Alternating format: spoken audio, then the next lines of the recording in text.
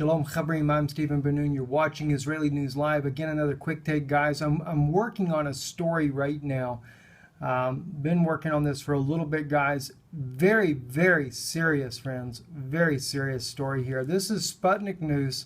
It is in the Turkish language. This article here is speaking about how that Turkey, when they went into Jarabulus, the real intent was never to do away with ISIS. In fact, the article here on Sputnik News alleges that ISIS is still fully in power in Jarabulus.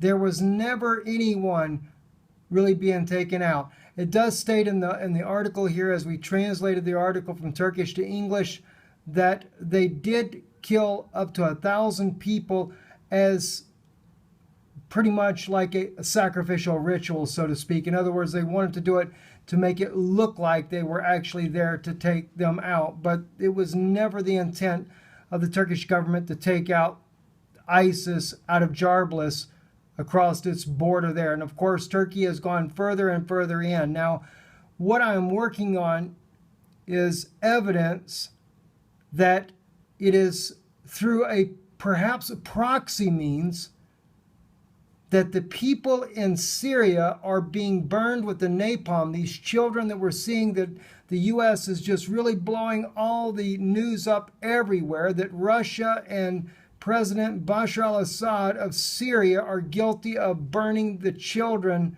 and the citizens there of their own country. Now, Russia has already denied this and stated clearly and emphatically that they would never use napalm when they have guided missiles to be able to take out their targets, and no need to do this. And I kind of believe them. And I have to say this because the evidence is overwhelming. A tactic that has been used before, the Obama administration has used this tactic before, back during 2013 when Bashar al-Assad was accused of chemical attacks on his own people, and it was justified to go to war against him. And what happened? Later, it was back down. Russia got involved in the negotiations. Russia made him disarm his chemical stockpiles. And what we find out?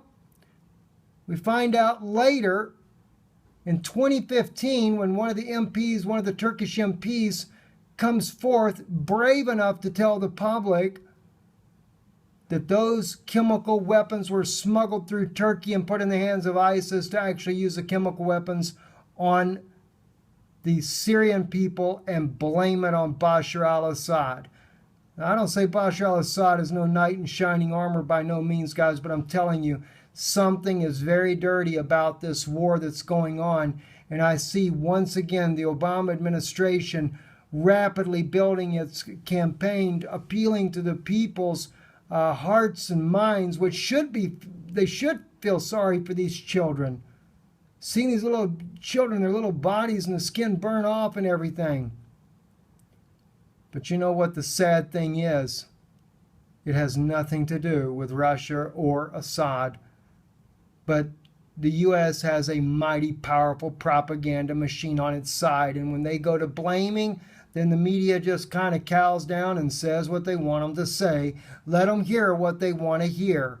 Now we find out, as I've suspected all along, that Turkey is still working hand in hand with NATO. And by the way, the skies, I've already found some evidence as well, that the skies over Syria certainly are not under the full control of Russia. And with all these warplanes flying over and dropping bombs and stuff like that, I wonder if maybe Turkey isn't dropping a little bit of napalm. In fact, I do have evidence that Turkey has in the past used napalm, which is an incendiary device that burns up the human bodies when it hits the ground, just like it was used in Vietnam. Guys, we're going to see, I'm afraid, we're about to find the smoking gun that's going to come back to the Obama administration to get his little wish to get a war. I know some people say, well, he's only got just a little bit more time in office. Well, could this be a political stunt? You have to understand, guys, you got to remember, what did the Bible say in Daniel chapter 11?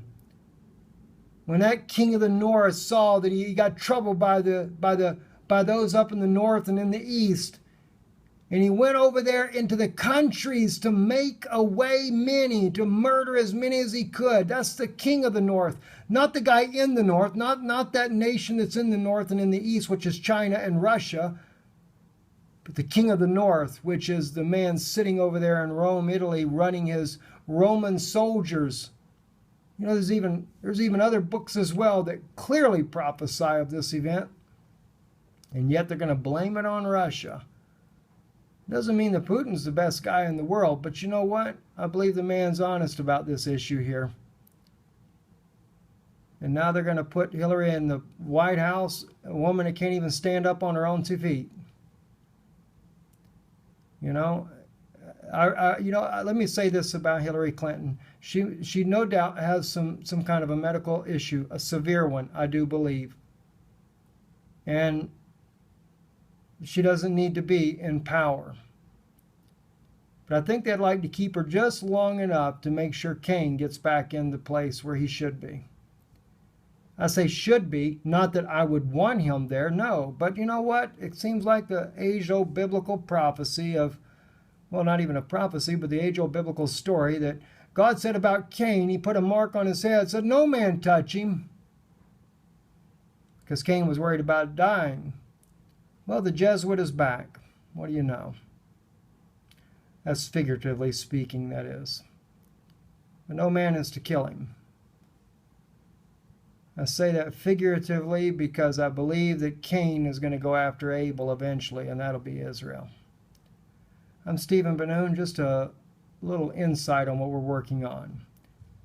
God bless you, and shalom from Israel. Aval ein shalom, but there is no peace.